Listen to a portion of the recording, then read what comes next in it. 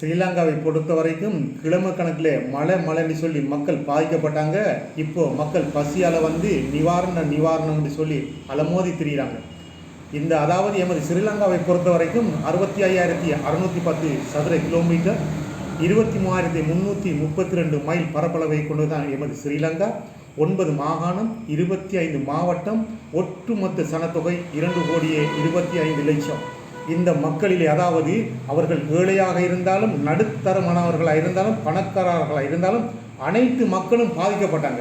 இந்த அனைத்து மக்களுக்கும் இந்த நிவாரணம் கிடைக்கணும். இந்த நிவாரணம் எப்படி எல்லா மக்களுக்கும் கிடைக்கணும்னு சொன்னால் பன்சாலையில் உள்ள தலைவரை தெரிவு செய்யுங்க, கோயிலில் உள்ள தலைவரை தெரிவு செய்யுங்க, பள்ளிவாசலில் உள்ள தலைவரை தெரிவு செய்யுங்க, தேவாலயத்தில் உள்ள தலைவரை தெரிவு செய்யுங்கன்னு சொன்னால் அந்தந்த ஊரில், அந்தந்த கிராமத்திலே, அந்தந்த பிரதேசத்திலே எத்தனை மக்கள் இருக்கின்றார்கள், எத்தனை பார்சல் தேவைப்படும்னு சொல்லி உடனடியாக அவர்கள் கருத்து கணிப்பு செய்து உங்களிடம் தருவார்கள்.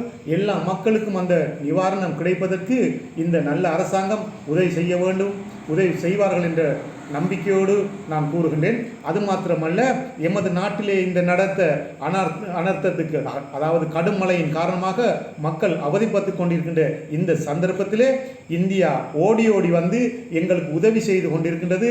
அவர்களுக்கு என்றும் எனது நன்றி. ஜெய் ஹிந்த், இந்தியா.